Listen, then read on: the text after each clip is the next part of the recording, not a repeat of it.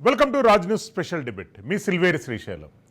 తెలంగాణ రాష్ట్ర అసెంబ్లీ వేదిక ఆసక్తికరమైనటువంటి చర్చ జరిగింది. ఈరోజు కేటీఆర్ వర్సెస్ రేవంత్ రెడ్డి మాటల యుద్ధం కొనసాగింది.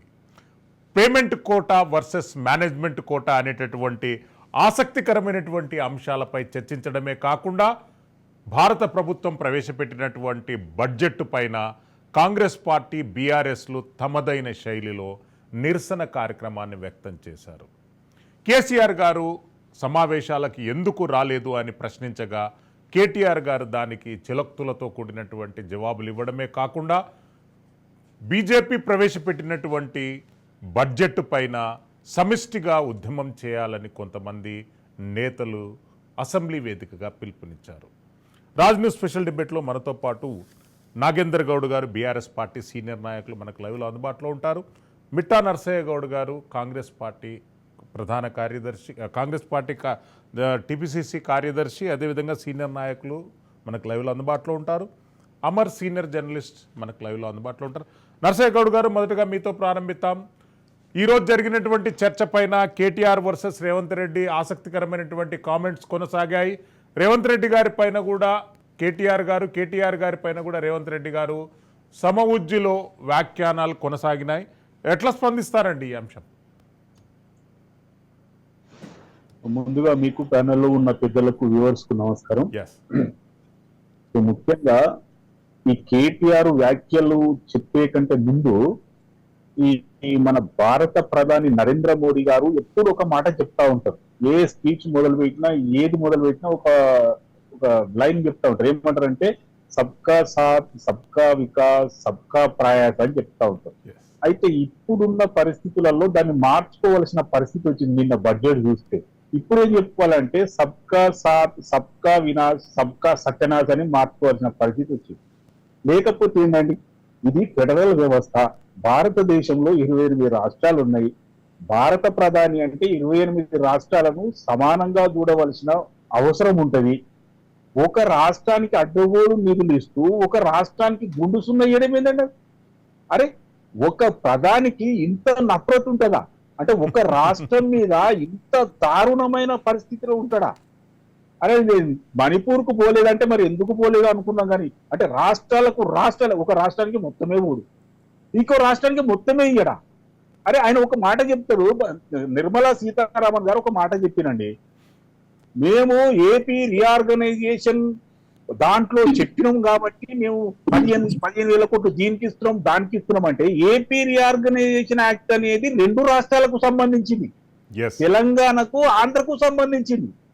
దాంట్లో ఏదైతే ఆంధ్రకు ప్రామిస్ చేసిండ్రో మరి తెలంగాణకు కూడా చాలా ప్రామిస్ చేసిరు కదా. బయ్యారం ఉక్కు ఫ్యాక్టరీ అయితేంది, లేకపోతే కోచ్ ఫ్యాక్టరీ అయితేంది, ఇంకా చాలా ప్రామిస్ చేసి ఒకదానికి ₹1 ఇయ్యారండి. అరే మొత్తం అంటే గుడ్డి కన్ను పెడతారా అండి ఇటు సైడు? ఇంత అన్యాయమైన దాని మీద అసెంబ్లీలో చర్చ జరుగుతుంటే దాన్ని బైపాస్ చేయడానికి ఇంకొక ప్రధాన ప్రతిపక్షం ప్రయత్నం చేస్తుంది. ఇలా నేను ఒక్కటే అంటున్నా సార్, 4 కోట్ల మంది తెలంగాణ ప్రజలు ఎదురు చూస్తా ఉన్నారు. రేవంత్ రెడ్డి గారు సభానాయకుడు, ప్రతిపక్ష నాయకుడు కేసీఆర్ గారు ఈ రోజు మన రాష్ట్రానికి ₹1 కూడా బడ్జెట్ లో కేటాయించకపోవడం వల్ల మనం చర్చ జరుపుతా ఉన్నాం. చాలా కీలకమైన చర్చ, 4 కోట్ల మంది ప్రజలకు సంబంధించిన చర్చ, అభివృద్ధికి సంబంధించిన చర్చ, ఆత్మగౌరవ చర్చ. ఈ చర్చలో కూడా లీడర్ ఆఫ్ అపోజిషన్ రాలేదంటే ఏమనుకోవాలి? ఎవరికి మద్దతు తెలుపుతుంది అనుకోవాలి? అంటే ఏంటిది నీకు? ఇప్పుడు ఇంత అవసరం వచ్చినప్పుడు కూడా మీరు రాకపోతే నల్గొండలో మీరు మీటింగ్ పెట్టడానికి పోతారు, ఇంకో దగ్గర మీరు మీటింగ్ పెట్టడానికి పోతారు. ఇదేమైనా పాకిస్తాన్ లో ఉందా అండి? దగ్గరే ఉంది కదా, 1 కిలోమీటర్ 1/2 కిలోమీటర్ దూరంలో ఉంటుంది కదా. మరి ఇలాంటి పరిస్థితులలో బీజేపీ బీఆర్ఎస్ ఒకటని అనడానికి కారణం ఇదే. రెండో ముఖ్యమైన విషయం ఏంటంటే మేనేజ్మెంట్ కోటా, పేమెంట్ కోటా అంటే సార్ నేను ఒక్కటే అంటున్నా, కేసీఆర్ గారు 1980s లో ఆయన రాజకీయాలలోకి వచ్చిర్రు. ఆయన ఏది యువ మోర్చాల అంటే మన కాంగ్రెస్ తోటి వచ్చిండు. దాంట్లో నుండి రామారావు దగ్గరికి పోయి టీడీపీకి పోయిండు. ఆంచెల్లి వచ్చి ఇప్పుడు కొత్తగా ఆయన పార్టీ పెట్టుకున్నాడు.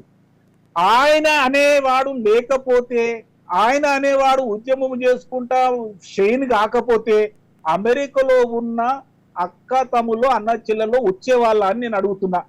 తండ్రి పేరు చెప్పుకొని ఆయన మంత్రి అయ్యాడు కాబట్టి ఆటోమేటిక్ గా మేనేజ్మెంట్ కూడా కింద లెక్క కదా.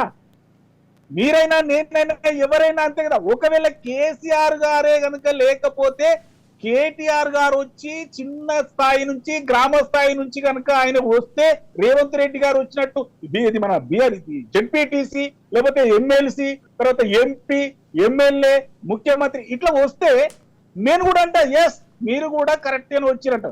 కాబట్టి ఎవరైనా చిన్న పిల్లగారిని అడిగినా ఈజీగా చెప్పేది ఏంటంటే ఖచ్చితంగా కేటీఆర్ గారు మేనేజ్మెంట్ కోటాలో వచ్చినట్టే, ఆయన ఒప్పుకున్నా ఒప్పుకోకపోయినా. ఇక పేమెంట్ కోట అనేది అది ఆశ్చర్యంగా ఉంటుంది. ఏంటంటే ఆయన పిసిసి అధ్యక్షుడు ఉన్నాడు. పిసిసి అధ్యక్షుడుగా ఉండి 64 మంది ఎమ్మెల్యేలను గెలిపించుకొచ్చినటువంటి నాయకుడు ముఖ్యమంత్రి అయితే పేమెంట్ కోటాని దేశంలో ఎవరన్నా అంటే నేను కూడా ఒప్పుకుంటా. అరే విమర్శల కొరకు విమర్శలు ఎందుకండి, ప్రాస కొరకు కౌంటర్ కొరకు విమర్శలు కాదు కదా. ఈ రోజు ముఖ్యంగా మనకు రూపాయి రాలేదు. 1 రూపాయి మనం కేంద్రానికి చెల్లిస్తే 27 పైసలు వస్తాయి. దానికి ఇప్పుడు ఇది కూడా దిక్కు లేకుండా పోయింది. ఈ రోజు ఇంకో దారుణమైన విషయం ఏంటంటే మనం ఇంత ముఖ్యమైన అంశాన్ని చర్చకు చేపట్టి తీర్మానం చేద్దామని ప్రవేశపెడితే భారతీయ జనతా పార్టీ సభ్యులు 8 మంది వాళ్ళు మాటలు చాలా దారుణంగా ఉన్నాయి. చాలా దారుణంగా. నర్సయ్య గౌడ్ గారు మళ్ళీ వస్తాను మీ దగ్గరికి. మనతో పాటు నాగేందర్ గౌడ్ గారు ఉన్నారు, బీఆర్ఎస్ పార్టీ. ఒక్క నిమిషం. వాళ్ళు అక్కడ నుండి బైకట్ చేయడం అంటే ఏమన్నట్టు? ఎవరిని బైకట్ చేసిరు? 4 కోట్ల తెలంగాణ ప్రజలను బైకట్ చేసిరు. కాబట్టి రేపు పొద్దుగాల ఎన్నికలకు పోయినప్పుడు వీళ్ళని కూడా బైకట్ చేస్తారు. ఎస్ నాగేందర్ గౌడ్ గారు, మేనేజ్మెంట్ సీటు పేమెంట్ సీట్ పై ఆసక్తికరమైనటువంటి వ్యంగ్య చర్చ జరిగింది అసెంబ్లీ వేదికగా. ఎట్లా స్పందిస్తారండి దీనిపైన? ముందుగా మీకు అదే నర్సయ్య గౌడ్ గారికి అందరికి కూడా నమస్కారాలు. అయితే ఈ రోజు జరిగిన చర్చ ప్రధానంగా మేము ఏమంటున్నాం అంటే మా నాయకుడిని కేటీఆర్ గారిని స్వయాన సభానాయకుడు ముఖ్యమంత్రి గారే పేమెంట్ సీటు మేనేజ్మెంట్ కోటా అని ప్రస్తావించడం జరిగింది. అందులో కూడా వాళ్లకు అర్థం కాని ఏంటంటే జవహర్లాల్ నెహ్రూ గారి బిడ్డే ఇందిరాగాంధీ గారు. ఆమె ఎక్కడ జడ్పీటీసీ కాలేదండి, ఎక్కడ కూడా కౌన్సిలర్ కాలే, కార్పొరేటర్ కాలే. అట్లనే ఆమె కొడుకు రాజీవ్ గాంధీ గారు, ఆయన కూడా ఎక్కడ కాలే. ఆ తర్వాత ఆయనను చేసుకున్న ఆయన భార్య సోనియమ్మ గారు, ఆ తర్వాత తీసుకుంటే రాహుల్ గాంధీ గారు, లాస్ట్ కు ప్రియాంక గారు కూడా ఆమె క్యాన్వసింగ్ చేస్తున్నారు. అయితే మరి వీళ్ళందరిది మేనేజ్మెంట్ సీటేనా అండి? ఈ విధంగా వచ్చిన వాళ్ళ మరి వాళ్ళు గురిగింద దాని కింద నలుపేరు కదా అన్నప్పుడు ఆ విధంగా మాట్లాడితే ఎట్లయితుంది? ఒక సభానాయకుడు ఉండి ఇది ప్రజాస్వామ్యమా? ప్రజాస్వామ్యంలో చూస్తున్నారు కదా, ప్రజలందరూ కూడా చూస్తున్నారు కదా. అయితే దానికి ఇది మేనేజ్మెంట్ కోట అన్నప్పుడు పేమెంట్ సీటు అని మా నాయకుడు అనడం జరిగింది. అంటే నీ లెక్క పేమెంట్ ఇచ్చి పిసిసి ప్రెసిడెంట్ తెచ్చుకోలేను, లేకుంటే ముఖ్యమంత్రి కూడా మళ్ళా ఢిల్లీ పోయి ఇక్కడ వచ్చిన పైసలని ఇక్కడ తీసుకుపోయి ఆడ ఇచ్చే పరిస్థితి మాకు రాలేదు అని చెప్పి మా నాయకుడు అనడం జరిగింది. అంటే ఇది వాస్తవమే కదా, ఉన్న పరిస్థితి కదా. ఎందుకని అంటున్నా అంటే వెంకటరెడ్డి గారి తమ్ముడు రాజగోపాల్ రెడ్డి గారు స్వయాన వాళ్ళిద్దరు అన్నదమ్ములు అన్నారు. ఆ రోజు ఎయిర్పోర్ట్ లో చెప్పారు, ఎయిర్పోర్ట్ లా మొత్తం ప్రెస్ ముఖంగా చెప్పారు. మన రాజ్మిస్ కూడా ఉన్నది ఆ రోజు. ఆ విధంగా బహిరంగంగా ఉన్న ఒక మంత్రి చేస్తే ఎలా శాసనసభ్యులు ఉన్న వాళ్ళే ఆ రోజు ప్రకటించారు అంటే ఆ విధంగా జరిగింది. అంటే మరి ఇది కూడా నిజమే అవుతుంది అనే భావన వచ్చేది. అంటే ప్రధానంగా ఒకటి శ్రీశైలం గారు, నేను అనేది ఏంటి అంటే ఈరోజు విభజన అంశాలన్నింటినీ కూడా విభజన జరిగిన ఏపీ రీఆర్గనైజేషన్ ఏదైతే ఉందో, ఏపీని రీఆర్గనైజేషన్ చేసినప్పుడు తెలంగాణ రాష్ట్రం కూడా ఏపీలో భాగమే. ఆ రోజు ఈ రీఆర్గనైజేషన్ యాక్ట్ లో తెలంగాణ కూడా ఉన్నది అనే లెవెల్లో కేంద్ర ప్రభుత్వం మర్చిపోతా ఉన్నది. గత 10 సంవత్సరాల నుంచి కూడా చూస్తే నరేంద్ర మోడీ గారు పదే పదే విషయం కక్కుతున్న పరిస్థితి ఉన్నది. బీజేపీ నాయకుడు ఈ రోజు కూడా వాళ్ళ మహేష్ రెడ్డి గారు కూడా అక్కడ అనడం జరిగింది. విభజన అనే దాన్నే తప్పుపడుతున్న, ఆ సిస్టాన్ని తప్పుపడుతున్న పరిస్థితి ఉన్నది. మరి వీళ్ళు కాంగ్రెస్ వాళ్ళు చెప్పాలి విభజన జరిగింది వీళ్ళది. విభజన జరిగినప్పుడు వీళ్ళు యూపీఏ ప్రభుత్వం ఉన్నది. ఏ విధంగా విభజన జరిగింది, ఎన్ని ఉద్యమాలు జరిగినాయి, ఎన్ని పార్టీలు పుట్టుకొచ్చినాయి, ఎన్ని తీర్పుగా జరిగింది. మరి ఈ రోజు ప్రధాన ప్రతిపక్షం కాంగ్రెస్ పార్టీ ఈ రోజు అసెంబ్లీలో ఒక చర్చ పెట్టి దీన్ని రాదాంతం చేసే పరిస్థితి చూస్తుంటే మరి వీళ్ళే కేంద్ర ప్రభుత్వంతో సఖ్యత లేక కేసీఆర్ గారు కేంద్రం నుంచి వచ్చేటి తగ్గిపోయినాయి, కేంద్రం నుంచి మంచిగా లేకున్నాడు, కేంద్రం నుంచి ఇట్లా లేకున్నాడు అట్లా లేకుండా అని వీళ్ళు ఎన్నికల లోపల మాట్లాడారు. మరి మీరు మంచిగా ఉన్న వాళ్ళు, చోటేబాయ్ బడాబాయ్ అనుకున్న వాళ్ళు, సఖ్యతతో ఉన్న వాళ్ళు, మరి సర్దుబాటుతో ఉన్న వాళ్ళు మరి ఈరోజు తెలంగాణకి ఏం తెచ్చారండి? ఏం జరిగింది? అవతల ఆంధ్రప్రదేశ్ కు తీసుకుపోతున్నప్పుడు ఆంధ్రప్రదేశ్ ముఖ్యమంత్రి వచ్చి మీ దగ్గర కూర్చొని మీరు చర్చలు చేశారు, విభజన అంశాల మీద మీరు చర్చలు చేశారు. మరి ఈ చర్చలు చేసినప్పుడు బడ్జెట్ మీద జరుగుతున్నప్పుడు మన రాష్ట్రాన్ని కూడా తీసుకోవాల్సిన బాధ్యత ముఖ్యమంత్రి మీద, ప్రభుత్వం మీద ఉన్నది ఇడిచిపెట్టేసేసి దీన్ని ఒక రాదాంతం చేసేసి ఒక చర్చ పెట్టి అసెంబ్లీలో ఒక కార్యక్రమం పెట్టి ఈ విధంగా రకరకాలుగా చూస్తున్న పరిస్థితి కూడా చూస్తే దీని వెంబడి అంతా కూడా ఓ రహస్యమైన ఎజెండా ఉన్నది అనుకోవడంలో తప్పలేదు.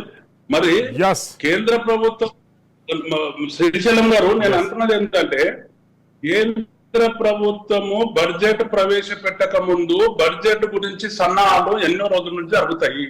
ముఖ్యమంత్రి గారు పదే పదే ఢిల్లీ పోతున్నారు, ముఖ్యమంత్రి గారు అక్కడ ఉన్న కేంద్ర మంత్రులను కలుస్తున్నాడు, ముఖ్యమంత్రి గారు పోయి ప్రధానమంత్రి గారిని కలవడం జరుగుతుంది. వీళ్ళు మంత్రులు కూడా పోయేసేసి ఢిల్లీ యూనిట్ గా అందరి మంత్రులను కలుస్తా ఉన్నారు వీళ్ళు. మరి ఏం జరిగింది వీళ్ళకు పత లేదా? బడ్జెట్ ప్రవేశపెట్టినంత వరకు కూడా వీళ్ళకి తెలియదా? మళ్ళీ వస్తాను. అమర్ గారు, ఢిల్లీలో జరిగినటువంటి చీకటి ఒప్పందాలు మాకు తెలుసు అని రేవంత్ రెడ్డి గారు ఒక వ్యంగ్య వ్యాఖ్యను అసెంబ్లీ వేదికగా అన్నారు. అసలు ఢిల్లీలో జరిగినటువంటి చీకటి ఒప్పందాలు ఏంటి? బీఆర్ఎస్ బీజేపీల మధ్య ఏదన్నా రహస్య ఒప్పందం ఏమన్నా జరిగిందనుకోవచ్చా?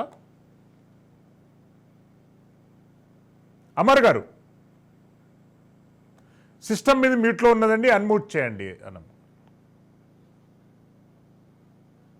ఇప్పుడు రాష్ట్రంలో అలకేట్ అయిన దాని గురించి మొదలు మాట్లాడాలి మన సమాజం. ముఖ్యంగా ఇవాళ తెలంగాణ రాష్ట్రానికి కంపారిజన్ టు అంటే ఆంధ్రప్రదేశ్ రాష్ట్రం, తెలంగాణ రాష్ట్రం విభజన జరిగినప్పుడు తెలంగాణ ప్రాంతానికి కూడా సంబంధించినటువంటి కొన్ని విషయాల్లో, అంటే కాజీపేట రైల్వే కావచ్చు, లేకపోతే ఇతర విషయాల్లో చాలా విషయాల్లో కొన్ని హామీలు ఉన్నాయి తెలంగాణకు కూడా. అయితే ఇప్పుడు ఆంధ్రప్రదేశ్ రాష్ట్రానికి అక్కడ రాజధాని లేదు కనుక దానికి 15,000 కోట్లు ఇవ్వడాన్ని మనం తప్పుపట్టం లేదు. అదేవిధంగా ఇవాళ పోలవరం విషయంలో కానీ లేకపోతే ఇతర విషయంలో కానీ ఆంధ్రప్రదేశ్ ఇచ్చినటువంటి దాంట్లో తప్పుపట్టం లేదు. కానీ తెలంగాణ కూడా ఆంధ్రప్రదేశ్ లో ఒక భాగమే. అంటే ఇప్పటికి కూడా అంటే పునర్విభజన జరిగిన సందర్భంలో తెలంగాణ కూడా ఇంపార్టెన్స్ ఇవ్వాల్సిన అవసరం ఉంది. మిగతా రాష్ట్రాలతో పోల్చి చూసుకుంటే తెలంగాణ, హైదరాబాద్ మినహా మిగతా ప్రాంతం మొత్తం బాగా వెనుకబడిన ప్రాంతం. ఇక్కడ ఎక్కడ కూడా ఇప్పటికీ చాలా చోట్ల ప్రజలు ఇంకా బీపీఎల్ కి దిగువరేఖల చాలా మంది ఉన్నారు, ఎంతో మంది పేదవాళ్ళు ఉన్నారు. ఇప్పటికీ చాలా ప్రాంతాల్లో 2 పూటల తినడానికి, అన్నం తినడానికి కూడా లేనటువంటి పరిస్థితులు ఉన్నాయి. దానికి సరైన నీటి వసతి కావచ్చు, లేకపోతే ఇతర విషయాలు మనం అనుకున్నంత తెలంగాణ, హైదరాబాద్ ఏదో చుట్టుపక్కల చూస్తే తప్ప మిగతా ఎక్కడ కూడా అభివృద్ధి జరగలేదు. ఈ జరగనే టైంలో ఇప్పుడు ఈ బడ్జెట్ అలొకేషన్ ఏదైతుందో నిజంగా దీంట్లో మామూలు ప్రజలు అంటే ఒక రాజకీయ పార్టీని వదిలిపెట్టి మిగతా వాళ్ళు చేస్తున్నటువంటి పరస్పరమైనటువంటి ఆరోపణలు వదిలిపెడితే మామూలు ప్రజలు కూడా తెలంగాణకు అన్యాయం జరిగింది బడ్జెట్ లో అనే విషయాన్ని బాగా చర్చించుకుంటున్నారు. మరి ఈ సమయంలో మరి అధికారంలో ఉన్నటువంటి కాంగ్రెస్ కానీ, లేకపోతే బీఆర్ఎస్ కానీ, లేకపోతే ఇంకా బీజేపీ కానీ, ప్రధానంగా ఈ 3 పార్టీలే ఇప్పుడు మన అసెంబ్లీలో ఉన్నాయి. దానికి తోడు సిపిఐకి సంబంధించిన కమ్యూనిస్ట్ పార్టీకి సంబంధించిన ఒక వ్యక్తి అధికారంలో ఉన్నాడు. అయితే ఇప్పుడు వీళ్ళు అంతా కలిసి ముక్త కంఠంతో వెళ్ళి మాకు మా తెలంగాణకు అన్యాయం జరిగింది, తెలంగాణ బడ్జెట్ లో అలొకేషన్ సరిగా లేదు అనే దాని మీద వెళ్ళి అడగవలసినటువంటి అవసరం ఉంది. కానీ ఇప్పుడు ఈ రాష్ట్రంలో ఈ రాజకీయ పార్టీల మధ్యలో జరుగుతున్నటువంటి వాదోపవాదాల విషయానికి వస్తే నిజంగా వీళ్ళు తెలంగాణ రాష్ట్రం అభివృద్ధి కంటే కూడా కేవలం రాజకీయాలకి ఇంపార్టెన్స్ అనే విధంగా ఈ రోజు మనకు చాలా స్పష్టంగా కనపడుతుంది.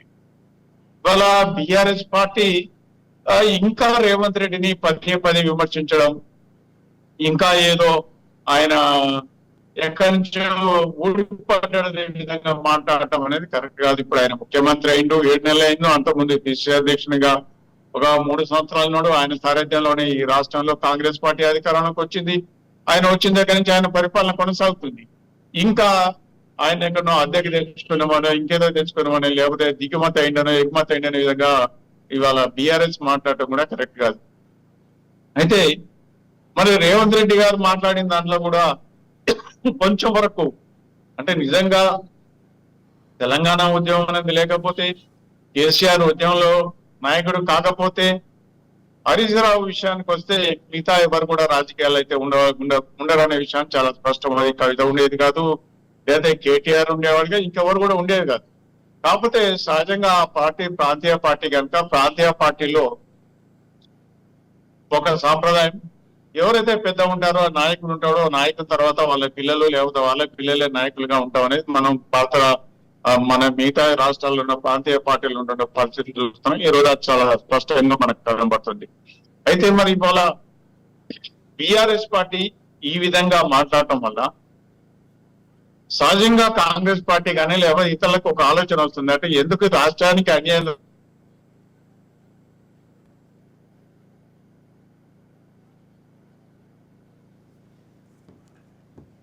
అమర్ గారు,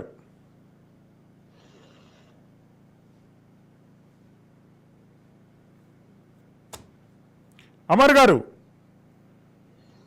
సిస్టమ్ మీద మ్యూట్లో పడింది. అమర్ గారు ప్లీజ్. అమర్ గారు, ఎస్ మిట్టా నరసయ్య గౌడ్ గారు. తెలంగాణకు బడ్జెట్ లో జరిగినటువంటి అలొకేషన్ల విషయంలో తేడాలు కావచ్చు. ఎస్ అమర్ గారు మళ్ళీ వస్తారు మీ దగ్గరికి, కొద్దిగా మీద నెట్వర్క్ ఇష్యూ ఉన్నది. నరసయ్య గౌడ్ గారు, టోటల్గా ఈ వ్యవహారం పైన భారతీయ జనతా పార్టీ స్మూత్గా తప్పించుకుంది. మరో వ్యాఖ్య, రాహుల్ గాంధీకి బానిసలుగా కాంగ్రెస్ పార్టీ నాయకులు పనిచేస్తున్నారనేటటువంటి వ్యాఖ్యను మహేశ్వర్ రెడ్డి గారు చేశారు. బీజేపీ ఎల్పీ నాయకులు ఎట్లా చూస్తారండి బీజేపీ వైఖరి, బీజేపీ తీరు పైన? బీజేపీ ప్రభుత్వం సెంట్రల్ ఉంది, వాళ్ళు ఒక కత్తిపొడి ఒడిచిండ్రు మనకు ఒక రూపాయి ఇవ్వకుండా. రెడ్డి గారు ఈయన ఒక కత్తిపొడి ఒడిచిండు. ఇక ఇంతకంటే వాళ్ళ గురించి మాట్లాడటానికి ఏమున్నది? అసలు వాళ్ళు మాట్లాడవలసిన పరిస్థితి ఏంటి? మేము ఉన్నాం, 8 మంది ఉన్నాం, మేము వెళ్ళి మాట్లాడతాము. ఏదో మిస్ అయింది, లేకపోతే సవరించి బడ్జెట్ లోనైనా పెట్టిస్తామన్న మాటలు మాట్లాడకుండా అన్ని బైపాస్ చేసే మాటలు మాట్లాడితే తెలంగాణ ప్రజలు అంత పిచ్చో కాదు సార్. ఇవాళ ఆ సమావేశంలో చర్చించే విషయాలు ప్రజలందరూ చూస్తున్నారు కదా, ప్రజలకు అర్థం కాదా? మహేశ్వర్ రెడ్డి గారు మాట్లాడిన మాటలు 4 కోట్ల మంది తెలంగాణ ప్రజల గుండెల్లో కత్తి దించినట్టుగా ఉన్నాయి తప్పితే వాళ్ళు మంచి చేసినట్టుగా లేదు. ఏదో కేసీఆర్ వెనుకడుగు వేయడం వల్ల గుడ్డిలో మెల్లగా 8 సీట్లు వస్తే అవేదో గొప్పగా తీసుకుంటా ఉన్నారు. ఇప్పుడు చెప్తారు తెలంగాణ ప్రజలు, తెలంగాణ మీకు అసలు కనిపిస్తలేదు. మోడీకి అయితే కనిపించదు, ఆయన వాస్తవంగా. ఎందుకంటే తల్లిని చంపి బిడ్డను తీసిండని మొదటి నుండి కూడా తెలంగాణను తప్పుపడుతున్నటువంటి మోడీని మనం ఇప్పుడు తప్పుపట్టి చేసేదేముంది? ఆయనకు కుర్చీ కాపాడుకోవాలంటే చంద్రబాబు నాయుడు, నితీష్ కుమార్ ను ఆ 2 రాష్ట్రాలను దగ్గర పెట్టుకోవాలి. ఆ 2 రాష్ట్రాలకే దగ్గర చాలా బడ్జెట్ ఇవ్వడం జరిగింది. లేదు అంటే ఆయన కుర్చీ పోతుంది కాబట్టి ఆయన ఇచ్చుకున్నాడు. కానీ నేను ఒకటే అడుగుతున్నా, ఫెడరల్ సిస్టమ్ అంటారు, నేను ప్రధానమంత్రి అంటాడు, ఫెడరల్ సిస్టమ్ లా అన్ని రాష్ట్రాలను సమానంగా చూడాలి అనే విషయమే మర్చిపోయాడు. మళ్ళీ కేసీఆర్ ముఖ్యమంత్రిగా ఉన్నప్పుడు అది మిషన్ భగీరథ, మిషన్ కాకతీయ ఒకదానికి 19,000 కోట్లు, ఒకదానికి 5,000 కోట్లు ఇస్తారని చెప్పింది. అదైనా గుర్తు లేదా అండి? కనీసం కాళేశ్వరం పోయింది, ఇక్కడ ఒక ప్రాజెక్టుకు జాతీయ హోదా ఇవ్వాలన్న ఆలోచన కూడా లేదా మీకు? కాబట్టి నేను ఏమంటున్నా, ఇయ్యదలుచుకుంటే ఏదో ఒక కోణంలో ఆలోచన చేస్తారు, కానీ మొత్తమే ఇవాళ తెలంగాణ అనేది భారతదేశంలో భాగమే కాదు, మరి మాకు సంబంధమే లేదు, ఈ ప్రజలను వదిలిపెట్టేసా, మణిపూర్ ప్రజలను వదిలేసినట్టు తెలంగాణ ప్రజలను కూడా దూరం కొట్టేస్తా అనుకుంటే అక్కడ జరిగేది సత్యనాశనమే. మీ పార్టీ ఇలా ఏలేటి మహేశ్వర్ రెడ్డి గారు బీజేపీ లీడర్ గా ఉన్నప్పుడు చాలా జాగ్రత్తగా మాట్లాడేది ఉండే. ఆయన వాకౌట్ చేయడం, ఎవరి మీద వాకౌట్ చేస్తారండి? నువ్వు దేనికి వాకౌట్ చేస్తా ఉన్నావు? ఎవరు తిట్టిరు, ఎవరు కొట్టిరు నిన్ను? మీ పార్టీ, మీ ప్రధానమంత్రి ₹1 ఇయ్యడు, మన అందరం పోయి అడుగుదామని ఒక తీర్మానం చేసి మనం నిరసన తెలియజేద్దామంటే మీరే పారిపోతారా? అంటే తప్పు చేసేది మీరే, మళ్ళా నింద వేసేది మీరేనా? కాబట్టి నేను ఒకటే అంటున్నా, భారతీయ జనతా పార్టీ అనేది తెలంగాణలో తుడిచిపెట్టుకపోతుంది. తెలంగాణ ప్రజలు చూస్తా ఉన్నారు, అతి తొందరలో వచ్చే స్థానిక ఎన్నికలలో 1% ఓట్లు కూడా రావు. అదే విధంగా ఇంకొక కీలకమైన విషయం ఏంటంటే, ఇప్పుడు నాగేంద్రన్న గారు మాట్లాడినా, లేకపోతే కేటీఆర్ మాట్లాడినా, హరీష్ రావు గారు మాట్లాడినా, వీళ్ళ వర్షన్ లో తేడా ఉన్నది.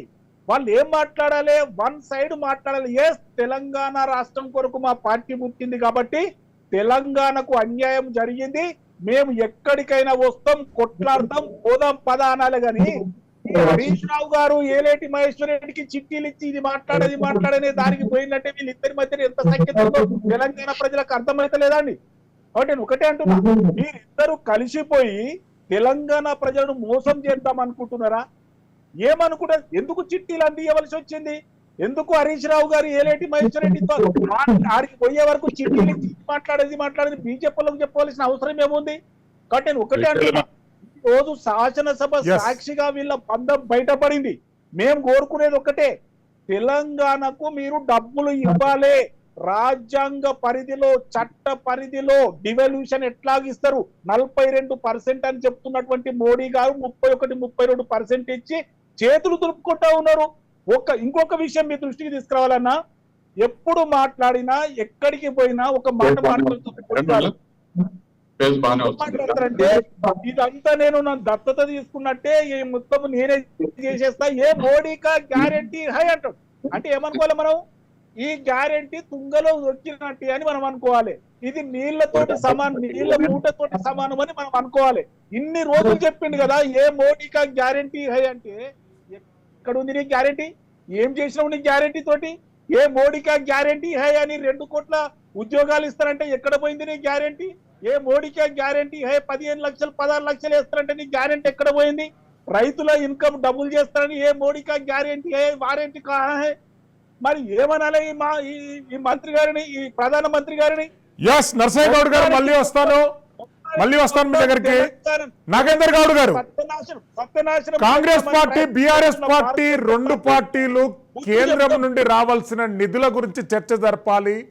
భారతీయ జనతా పార్టీ వైఖరిని మీరు ఎండగట్టాలి. కానీ మీరు కాంగ్రెస్, బీఆర్ఎస్లు ఉద్దేశపూర్వకంగా ప్రజల్ని తప్పుదో పట్టించేందుకు చర్చను సైడ్ ట్రాక్ చేస్తున్నారని కొంతమంది అభియోగం చెప్తున్నారు. నాగేందర్ గౌడ్ గారు ఎట్లా స్పందిస్తారు దీనిపైన?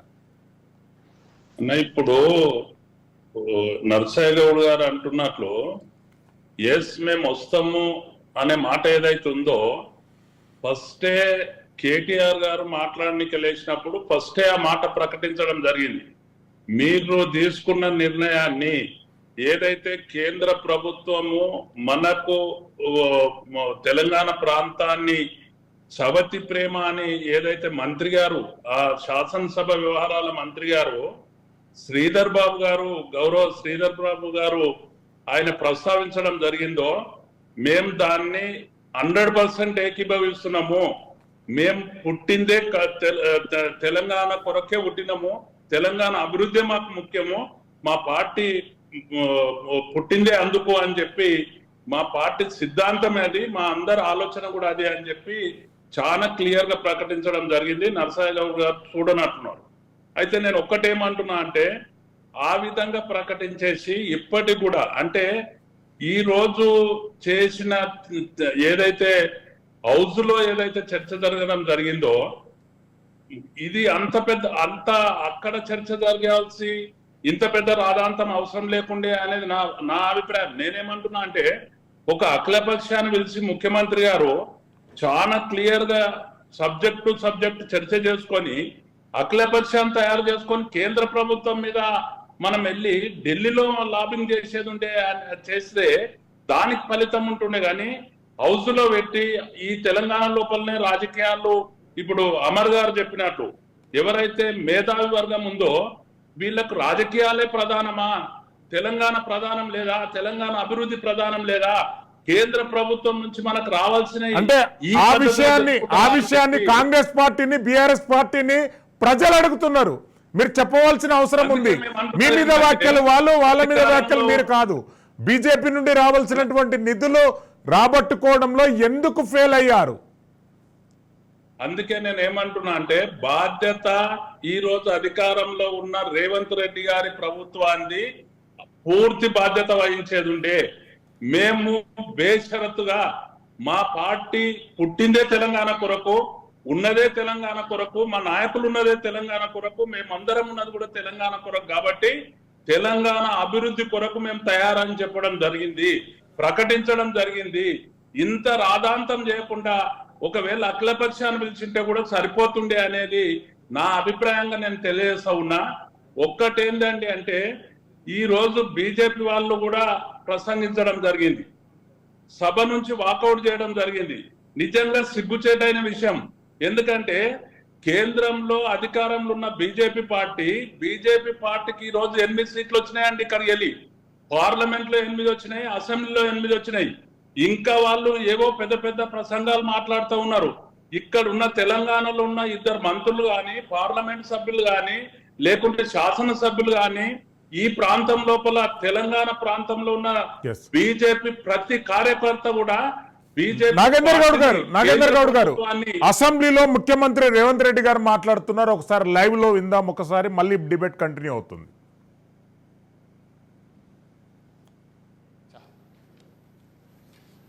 Resolution moved. The question is that the government resolution is before the House. Those who are for the resolution, please say aye. Those who are against, please say no. Ayes have it, ayes have it. The government resolution is adopted. గురువారం 25వ తేదీ July 2024 మధ్యాహ్నం 12 గంటలకు సమావేశం అవుటకు వాయిదా వేస్తున్నాను. Thank you.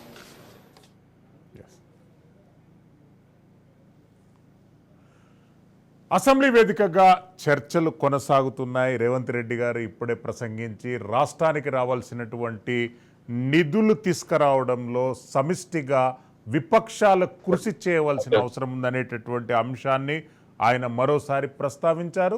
Yes Amar గారు, Bharatiya Janata party అసెంబ్లీలో ఉండి ఆన్సర్ ఇవ్వవలసినటువంటి పరిస్థితులలో వాళ్ళు వాకౌట్ చేసి బయటికి వెళ్ళిపోయినటువంటి తరుణం మనం అందరం అబ్జర్వ్ చేశాం. ఎట్లా చూడాలండి అమర్ గారు బీజేపీ వైఖరి?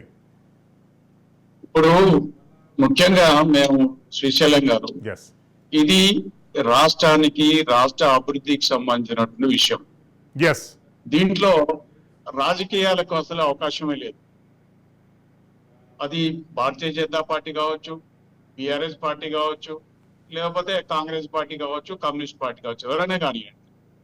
చివరికి కావాల్సింది మీ రాజకీయాలు మీ ఏ విధంగా ఉన్నా ప్రజలుగా, ఈ ప్రాంత వాసులుగా మనం కోరుకునేది రాష్ట్ర అభివృద్ధిని కోరుకుంటున్నాం. అయితే ఈ విషయంలో భారతీయ జనతా పార్టీ నిజంగా బడ్జెట్ కేటాయింపుల్లో రాష్ట్రానికి అన్యాయం జరిగి ఉండకపోతే, ఏ విషయంలో అన్యాయం జరగలేదనేది అసెంబ్లీలో ఉండి వాళ్ళు తమ వాదన అనేది వాళ్ళు చెప్పవలసిన అవసరం ఉండేది. కానీ అదేం లేకుండా కేవలం ఒక అసెంబ్లీ ఇవాళ జరుగుతున్నటువంటి సమావేశ వేదికను ఒక రాజకీయ వేదికగా ఉపయోగించుకోవడం అనేది కరెక్ట్ కాదు. నిజంగా ముక్త కంఠంతో ఏదైనా ప్రాంతానికి అన్యాయం జరిగినప్పుడు, ఇప్పుడు శ్రీశైలంగా తెలంగాణ విషయంలో కూడా తెలంగాణ రాష్ట్రం ఏర్పాటు విషయంలో ఏ ఒక్క రాజకీయ పార్టీ కూడా అంటే ఒకటి రెండు పార్టీలు తప్ప, అంటే ఒక ఎంఐఎం పార్టీ లాంటి పార్టీ తప్ప మిగతా రిమైనింగ్ ఆల్ పార్టీస్ మాకు తెలంగాణ కావాలనే దాని మీద ముక్త కంఠంతో పోరాటం చేసినాయి. అది అసలు సంబంధం లేని వ్యక్తులు కూడా తెలంగాణ కోసం పోరాటం చేసిండు. అదే విధంగా ఇవాళ రాష్ట్రానికి బడ్జెట్ లో అలొకేషన్ జరిగినప్పుడు ఇంకా ప్రధానమంత్రికి కొంచెం విచక్షణ అధికారం ఉంటది, ఆర్థిక మంత్రికి కూడా కొన్ని విచక్షణ అధికారాలు ఉంటాయి. రాష్ట్రం ఏ విషయంలో అన్యాయం జరిగింది, దేనికి జరిగింది, అసలు ఎక్కడ జరిగిందని మనం చెప్పుకునే వేదికగా ఇవాళ శాసనసభను ఉపయోగించుకొని ఆ విషయాలని కరెక్ట్ గా రాజకీయ విమర్శలు కాకుండా అభివృద్ధి పరంగా జరిగి ఉంటే చాలా బాగుండేది. అయితే బీజేపీ చేస్తున్నటువంటి వితండవాదం కూడా నిజంగా ప్రజలైతే ఈ రోజు హర్షించడం లేదు. ఎందుకంటే రాష్ట్ర అభివృద్ధి అనే విషయాన్ని వదిలిపెట్టి కేవలం రాజకీయ అంశాన్ని మాట్లాడటం అనేది కరెక్ట్ కాదు.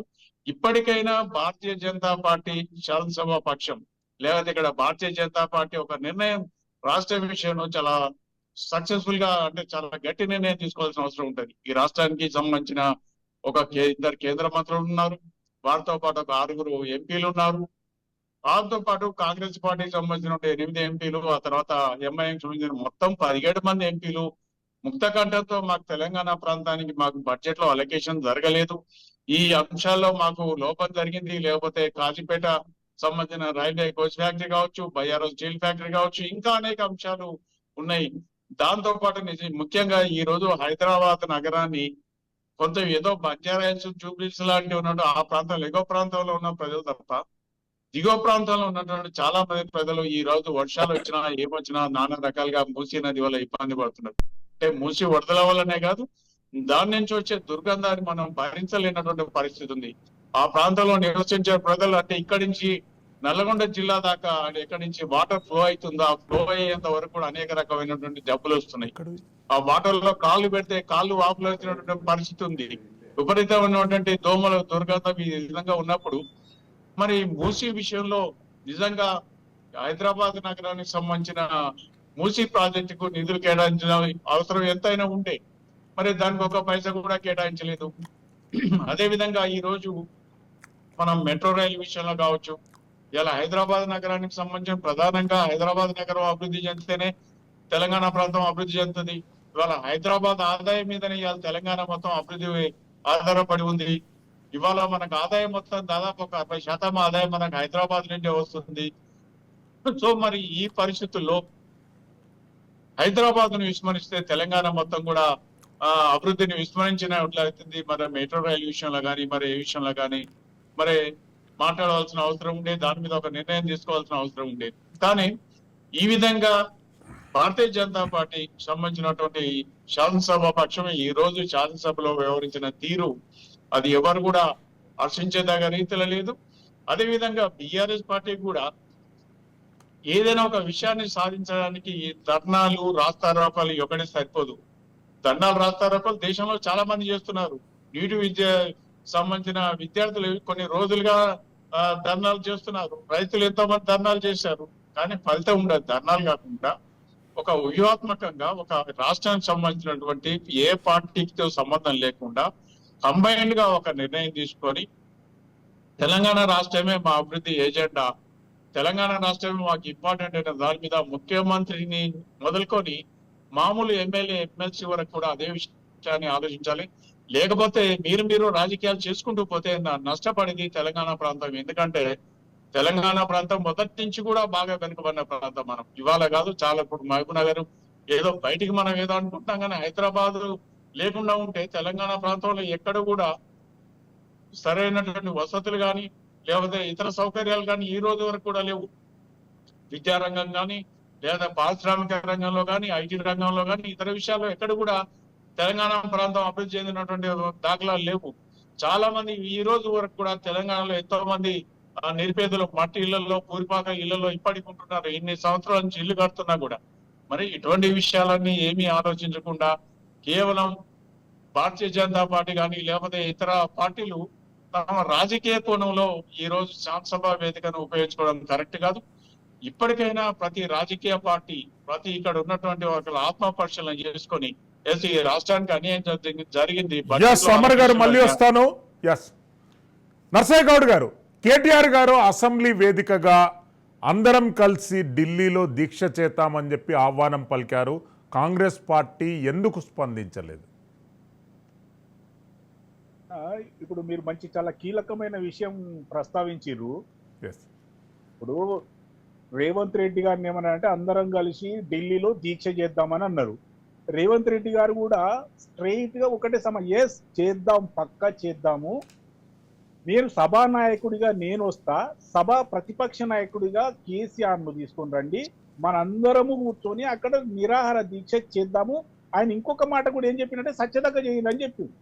అంటే కేసీఆర్ రాడు, మేమంతా ఎంపీల మొత్తం మీరు సత్యదాకా చేయాలని ముఖ్యమంత్రిని ఉద్దేశించి అన్నట్టుగా ఉంది. కాబట్టి న్యాయం ఏంటంటే ఈ రాష్ట్రానికి చాలా కీలకమైన వ్యక్తులు ఇద్దరు, ఒకటి సభానాయకుడు ముఖ్యమంత్రి రేవంత్ రెడ్డి గారు, సభలో ప్రతిపక్ష నాయకుడు కేసీఆర్ గారు.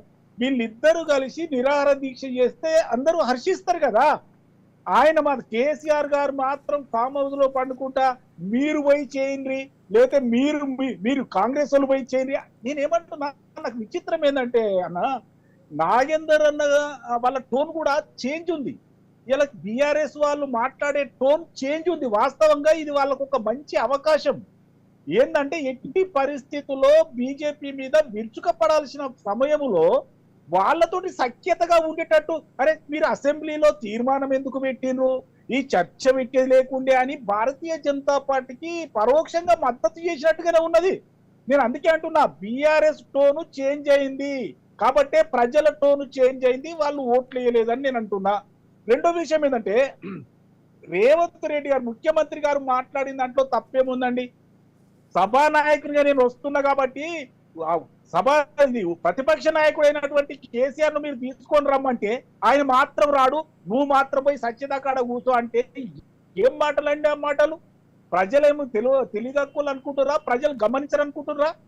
నిజంగా నేను అంటున్నా, ఇంతకంటే కీలకమైన సమయము కేసీఆర్ గారికి ఏముంటది అని నేను అడుగుతున్నా.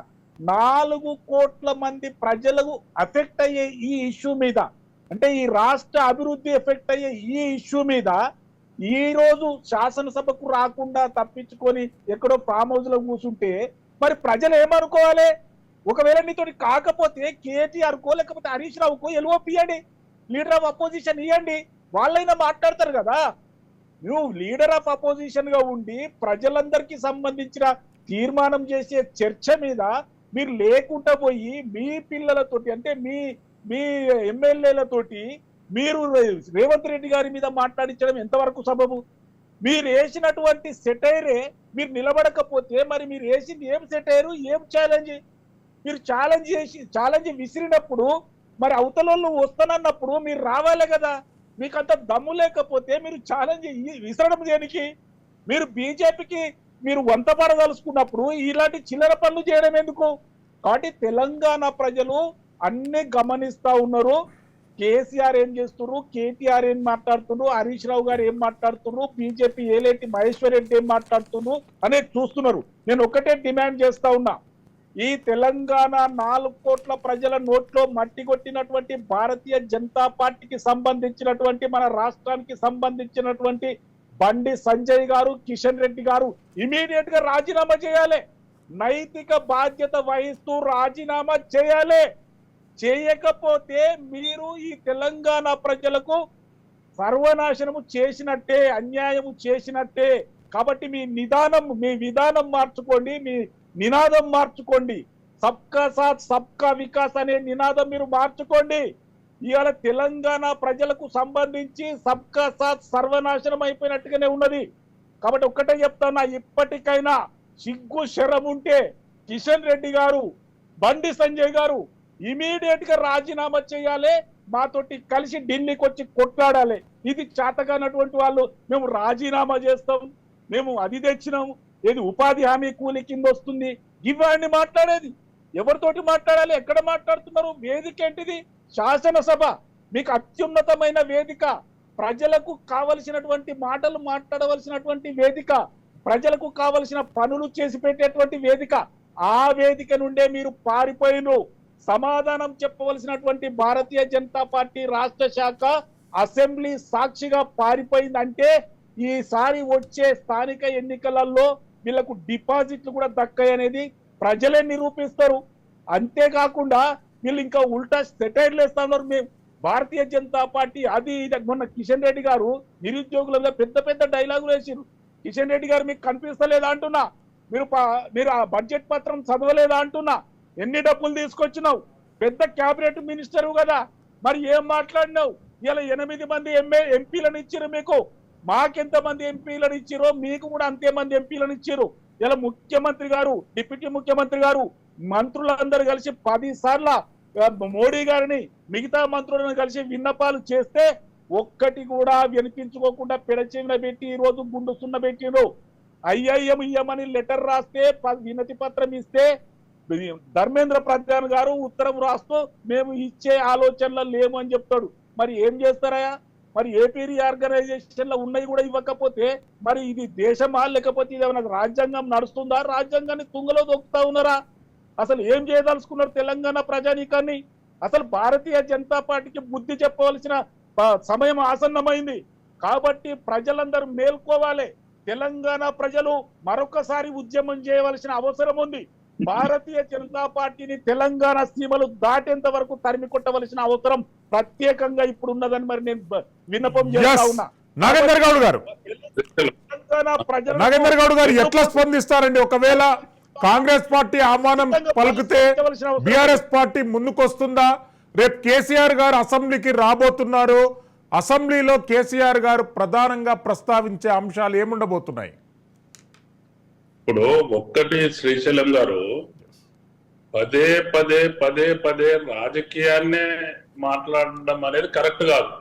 ఇప్పుడు అధికారం మీకు ఇచ్చిండ్రు, మీకు చేత కాలేదు, కేంద్రంతో దేనికి కొట్లాడడానికి కూడా చేత కాలేదు.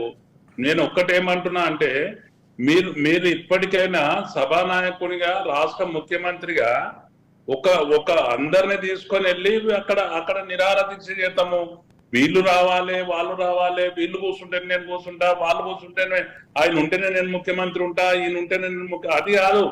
తెలంగాణ కొరకు, తెలంగాణ అభివృద్ధి కొరకు, తెలంగాణకు రావాల్సిన మన హక్కు కొరకు ఫైట్ చేస్తున్నప్పుడు మీరు ఒక కాల్ ఇవ్వండి. నేను ఇంకో విషయం కూడా డిమాండ్ చేస్తా ఉన్నా. ఈ రోజు బీజేపీ పార్టీకి 8 సీట్లు ఇచ్చినాం మనము.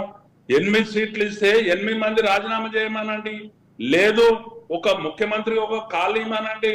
మొత్తం కాంగ్రెస్ పార్టీ మన దగ్గరికి వెళ్ళి 17 మంది ఏదైతే పార్లమెంట్ సభ్యులు ఉన్నారో, భారతదేశం లోపల మనకు రావాల్సిన బడ్జెట్ లో మనకు రావాల్సిన వాటా మనకు రాలేదు కాబట్టి 17 మంది రాజీనామా చేయమనండి. మళ్ళా మనం గెలిపించుకుందాం. మనం అందరం కూడా తెలంగాణ ప్రజలందరూ కూడా వాళ్ళను గెలిపించుకోవడం జరుగుతుంది. మరి దాని కొరకు హిమ్మత్ చేయండి, దాని కొరకు మాట్లాడండి. ఆ విధంగా ఇడిచిపెట్టేసేసి ప్రతిపక్ష నాయకుడు వస్తే వస్తాము, ప్రతిపక్ష నాయకుడు రాకుంటే రేపు ఏది కూడా నువ్వు చేయవా? ఏది కూడా జరగదా? అసలు ముఖ్యమంత్రి ఉండడా? ఆ విధంగా మర్చిపోవాలి. రాజకీయాలు చేయడం దగ్గర రాజకీయాలు చేయాలి తప్ప వేరే దగ్గర నిరంతరం రాజకీయాలు చేయడము, ఇవాళ రాష్ట్రమే అట్టుడికిపోతా ఉన్నది. మనకు రావాల్సిన అన్ని కూడా రాలేని పరిస్థితిలో ఉన్నాయి. మనల్ని అందరిని కూడా దోచుకపోయిన పరిస్థితి ఉన్నది. ఆ విధంగా ఉన్నప్పుడు నేను ఇంకో విషయం కూడా శ్రీశైలం గారు మీరు చూడండి, ఈ 4 సంవత్సరాల లోపల ఇంకా ఇప్పుడు 7 నెలలు అయింది కదా, ఈ ఉన్న పీరియడ్ లోపల ప్రధానమంత్రి గారు కానీ బీజేపీ పార్టీ కానీ ఏ విధంగా అయితే తెలంగాణ మీద కక్షపూరితంగా ఉన్నదో, రేపు పొద్దున ఈ రాష్ట్రాన్ని కూడా రాష్ట్రం కాదు అనుకునే పరిస్థితి లోపల మళ్ళా కూడా ఏపీలో కలిపే పరిస్థితి వచ్చినా కూడా మనం ఆశ్చర్యపోవాల్సిన అవసరం లేదు. ఇదే విధంగా మనం ఉంటే మనం సమిష్టిగా ఉండాల్సిన అవసరం ఉన్నది. డెఫినెట్ గా మరో ఉద్యమం రావాల్సిన అవసరం ఉన్నది. ఈ రోజు బీజేపీ పార్టీ వాళ్ళు అసెంబ్లీ విడిచిపెట్టి ఎందుకు పారిపోతారండి? ఏ విధంగా జరుగుతుంది? మొత్తం బీజేపీ పార్టీ కార్యకర్త నుంచి మొత్తం సెంట్రల్ మినిస్టర్ వరకు ఈ రోజు వాళ్ళకు బాధ్యత ఉన్నది. నేను పదే చెప్తా ఉన్నా, ఇక్కడనేమో మాట్లాడుతూ ఉన్నారు, కేంద్రంలో ప్రధానమంత్రి గారి దగ్గర మన రాష్ట్రం కొరకు ఒక మంత్రి కూడా మాట్లాడతలే, ఒక పార్లమెంట్ సభ్యుడు కూడా మాట్లాడతలేరు. మనోళ్ళు మాట్లాడాల్సిన అవసరం ఉన్నది. ఈ రోజు ఈ తరుణం లోపల 17 మంది పార్లమెంట్ సభ్యులను రాజీనామా చేయమనండి. ఈ తెలంగాణ ప్రజలు తెలంగాణ ప్రజలు తెలంగాణ కొరకు రాజీనామా చేసిన గతంలో జరగలేవా? మళ్ళా కూడా వాళ్ళనే గెలిపించుకుంటారు. ఒకవేళ రాజీనామా చేసి సాధించినట్లయితే ఆ విధంగా ఇడిచిపెట్టేసేసి దీన్ని నిరంతరం రాజకీయంగా వాడుకోవడము, రాజకీయంగా మాట్లాడుకోవడము, రాజకీయంగా చర్చ చేసుకోవడము, రాజకీయంగా ఇప్పుడు కేంద్రం నుంచి మనకు రావాల్సినవి రాలేవండి. రావాల్సినవి రానప్పుడు రాబట్టుకోవడానికి మనం యాచించడం కాదు. మా నాయకుడే చెప్పడం జరిగింది. ఈ రోజు కేటీఆర్ గారు చాలా క్లియర్ గా చెప్పడం జరిగింది. యాచిస్తే రాదు, యాచిస్తే అభివృద్ధి జరగదు, యాచిస్తే మన హక్కులు రావు. మనం శాసించే లెవెల్లో ఉండాలి, మనం దబాయించే లెవెల్లో ఉండాలి, మనం వాళ్ళను యాజమాయిషి చేసే లెవెల్లో ఉండాలి అని చెప్పి చాలా క్లియర్ గా మనకు శాసనసభ లోపలనే చెప్పడం జరిగింది. దాన్ని ఆలోచన చేయండి. మీరు ఆ విధంగా ఆలోచన చేయండి. 17 మంది ముఖ్యమంత్రిని ఖాళీ ఇవ్వనండి. మేము 8 మంది మేము రాజీనామా చేస్తున్నాం. బీజేపీ వాళ్ళు బిడ్డ మీరు కూడా రాజీనామా చేయండి. మేము అప్పుడు తెలంగాణ ఉద్యమం లోపల మీరే రాజీనామా చేయకుండా ఈవెన్ ఈ అల్లున్న ముఖ్యమంత్రి గారు ఆ రోజు శాసనసభ్యుడు ఉంటే వాళ్ళు కూడా పారిపోతే మేము వెంబడబడలేమా అండి? మేము చంద్రబాబు నాయుడు గారు ఆ రోజు ఇదే కొడంగల్కి వస్తే నేను జిల్లా అధ్యక్షుడి నుండి ఆయనను తెలంగాణ జై తెలంగాణ అనాలని చెప్పేసి పరిగి నుంచి వెంబడించడం జరిగింది. ఆ విధంగా జరగలేదా? ఈ గడ్డక చరిత్ర లేదా? ఈ గడ్డ వెనుకబడ్డ గడ్డనా? ఎందుకంటే చైతన్యవంతమైన గడ్డ, చైతన్యవంతమైన ప్రజలున్న గడ్డ కాబట్టి ఆ ఖాళీ ఇవ్వాల్సిన అవసరం ఉన్నది. ఆ విధంగా మనం చేసుకోవాల్సిన అవసరం ఉన్నది. ఇప్పుడు అమర్ గారు చెప్పారు అన్ని రాజకీయ పార్టీలు కూడా మద్దతు ఇచ్చినాయి అంటున్నారు. ఏది నేనేమంటున్నా అంటే ఆ రోజు ఎంఐఎం మద్దతు ఇవ్వలే, కమ్యూనిస్టులు మద్దతు ఇవ్వలే, కాంగ్రెస్ పార్టీ మద్దతు ఇవ్వలే. కాంగ్రెస్ పార్టీ మెడలుంచినాం మనం. ఆ రోజు యూపీఏ ప్రభుత్వాన్ని మెడలుంచినాం. తెలంగాణ ప్రజలందరూ కూడా ఆ రోజు కేసీఆర్ గారి నాయకత్వం లోపల ఉన్న నాగేంద్ర గౌడ్ గారు మళ్ళీ వస్తాను. పూర్తి మద్దతు ఇవ్వడం జరిగింది. అమర్ గారు కార్యాచరణ ప్రకటించడం జరిగింది. తెలంగాణ ప్రజలు ఎంబడి ఉండడం జరిగింది. అందుకే నేను ఇప్పుడు కూడా మా నాయకుడు కూడా స్పష్టం చేసిండు. నేను కూడా మా పార్టీ తరఫున చెప్తా ఉన్నా 100% మీరు తెలంగాణ ప్రాంతంకు రావాల్సిన అన్నిటిని కూడా మేము ముందు నుంచే చెప్తా ఉన్నాం. కేంద్ర ప్రభుత్వం నరేంద్ర మోడీ గారి నాయకత్వంలో తెలంగాణ ప్రాంతానికి అభివృద్ధి చేయడం లోపల గాని తెలంగాణ ప్రాంతాన్ని చిన్న చూపు చూస్తున్న పరిస్థితి అని చెప్పి మా నాయకులు చెప్తున్నారు. మా పార్టీ చెప్తా అమర్ గారు మరి మీరే అసెంబ్లీ వేదికగా రేవంత్ రెడ్డి గారు రీబడ్జెట్ ప్రవేశపెట్టాలని చెప్పి ఒక ప్రతిపాదన ఇచ్చారు. నాగేంద్ర గారు మళ్ళీ వస్తాను ప్లీజ్. నాగేంద్ర గారు ప్లీజ్. అమర్ గారు అసెంబ్లీ వేదికగా ముఖ్యమంత్రి రేవంత్ రెడ్డి గారు రీబడ్జెట్ను ప్రవేశపెట్టాలి, రీబడ్జెట్లో తెలంగాణ ప్రాంతానికి తెలంగాణ రాష్ట్రానికి ప్రత్యేకమైనటువంటి నిధులు కేటాయింపులు జరపాలి అనేటటువంటి ప్రతిపాదనను స్వయంగా రాష్ట్ర ముఖ్యమంత్రి గారు అసెంబ్లీ వేదికగా చేశారు. రీబడ్జెటింగ్ ఎంతవరకు అసాధ్యాలు అవుతాయి, దాని మీద మీరు కన్క్లూజన్ పాయింట్ చెప్పండి. ఇప్పుడు ప్రజాస్వామ్యంలో అంటే ఏదైనా వెళ్ళి ఒక అడిగే హక్కు మనకుంది ఫెడరల్ స్ఫూర్తిలో. దాంట్లో ఒక భాగం ఫెడరల్ రాజ్యాంగం. అయితే దీని మీద మళ్ళీ ఏదో రీబడ్జెట్ లో ఏదో అలొకేషన్ జరుగుతాయనే కానీ దాని విషయంలో నేనైతే గతంలో అంటే ప్రీవియస్ మనం జరిగిన ఎన్నో బడ్జెట్ సెషన్ లో చూస్తే ఈ విధంగా మేజర్ అలొకేషన్స్ అయితే జరిగేటువంటి అవకాశం అయితే లేదు. కేవలం చిన్న చిన్న విషయాల్లో ఏమైనా విషయాలు ఉంటే కొన్నిట్లలో మామూలుగా జనరల్ గా పద్ధతుల కింద ఏదైనా ఇవ్వడం తప్ప మేజర్ గా ఈ రాష్ట్రానికి ఇన్ని కోట్లు అన్ని కోట్లు అని ప్రకటించేటువంటి అవకాశం లేదు. ఆ నష్టం అయితే జరిగిపోయింది. ఇంకా ఆ నష్టాన్ని మనం తిరిగి ఇప్పుడు పూడ్చుకునే పరిస్థితులు లేదు. ధర్నాలు చేసినా ఏం చేసినా కేవలం రాజకీయాల కోసం నేను చేయాల్సిందే తప్ప ఈ రాష్ట్రానికి అవసరమయ్యే నిధులు కానీ లేకపోతే విషయంలో కానీ పెద్దగా రాబట్టేటువంటి అవకాశం అయితే నేను లేదని నేను అనుకుంటున్నాను. ఏదైనా కొన్ని విషయాల్లో ప్రత్యేకమైనటువంటి అంటే ఆర్థికంగా ఇబ్బంది లేనటువంటి కొన్ని సబ్జెక్టులలో ఏదైనా సెంట్రల్ గవర్నమెంట్ ఒక నిర్ణయం తీసుకోవచ్చు. లేకపోతే ఆర్ఆర్ ఉంది, ఆర్ఆర్కి సంబంధించిన దాంట్లో కేంద్రమే ప్రతిపాదన చేసింది, అటువంటి విషయంలో ఒక పునరాలోచన చేయొచ్చు. లేకపోతే మెట్రో రైలుకు సంబంధించిన దాంట్లో చేయొచ్చు. అట్లా తప్ప మిగతా ఏదో ఇప్పుడు మేజర్ ఫ్యాక్టరీలు కానీ లేకపోతే ఇతర విషయాల్లో కానీ పెద్దగా ఈ రాష్ట్రానికి ఇప్పుడు ఈ బడ్జెట్ ఈ అలొకేషన్ అయితే మనం చెప్పలేము. నిజంగా ఒకవేళ అలా ఆ విధంగా అనుకుంటే అది మన పొరపాటు. ఎందుకంటే మనం గతంలో బడ్జెట్ ఎన్నో సందర్భాల్లో జరిగినటువంటి బడ్జెట్ సందర్భాల్లో ప్రతిపక్ష పార్టీల నుంచి నిరసన వ్యక్తమైనప్పుడు ఎక్కడ కూడా అంటే అది యూపీఏ కావచ్చు, లేకపోతే బీజేపీ కావచ్చు, ఎన్డీఏ కావచ్చు, ఏదైనా కానివచ్చు, వన్స్ అలొకేషన్ జరిగిన తర్వాత మళ్ళీ మార్పులు చేర్పులు అయితే ఉంటుందని నేను అనుకోవటం లేదు శ్రీశైల గారు. ఎస్, థ్యాంక్ యూ అమర్ గారు. ఏది ఏమైనా కానీ తెలంగాణ రాష్ట్రానికి రావాల్సినటువంటి వాటాపై పార్టీలు పార్టీ బ్యారికేడ్స్ను వదిలిపెట్టి ఉద్యమించవలసిన అవసరం ఉంది. భారతీయ జనతా పార్టీ జవాబు చెప్పవలసిన అవసరం ఉంది. కేంద్ర మంత్రులు, కేబినెట్ మంత్రులు, సహాయ మంత్రులుగా ఉన్నటువంటి వ్యక్తులు రాష్ట్రానికి రావాల్సినటువంటి నిజమైన వాటా, రాష్ట్రానికి రావాల్సినటువంటి సరైన ప్రాజెక్టులు, ప్రకటించిన ప్రాజెక్టులకు పారదర్శకమైనటువంటి బడ్జెట్ ప్రణాళికనివ్వవలసిన అవసరం ఉంది. కోచ్ ఫ్యాక్టరీని స్వయంగా దేశ ప్రధాని ప్రారంభించారు, దానికి ఎందుకు నిధులు కేటాయించలేదు? Tribal university on paper sanction అయింది, ఎందుకు నిధులు కేటాయించలేదు? బయ్యారం ఉక్కు ఫ్యాక్టరీ ఆన్ పేపర్ శాంక్షన్ పేపర్లు ఆల్రెడీ వచ్చాయి, దానికి ఎందుకు బడ్జెట్ అలొకేషన్స్ జరగలేదు? సింగరేణితో పాటు ఇతర అంశాలపైన కూడా కేంద్ర ప్రభుత్వం స్పందించవలసిన అవసరం ఉంది. ఈ అంశాన్ని రాష్ట్రంలో ప్రధానంగా ఉన్నటువంటి పార్టీలు వాళ్ళ వైరాలను, వైషమ్యాలను దూరంగా పెట్టి రాష్ట్ర ప్రయోజనాల కోసం, రాష్ట్రానికి రావాల్సినటువంటి నిధుల కోసం ఉద్యమించవలసినటువంటి అవసరం ఎంతైనా ఉంది. రాజ్ న్యూస్ స్పెషల్ డిబేట్లో పాల్గొన్న వక్తలందరికీ ధన్యవాదాలు తెలియజేస్తున్నాం. Keep watching Raj news. Silveri Srisailam for Raj news.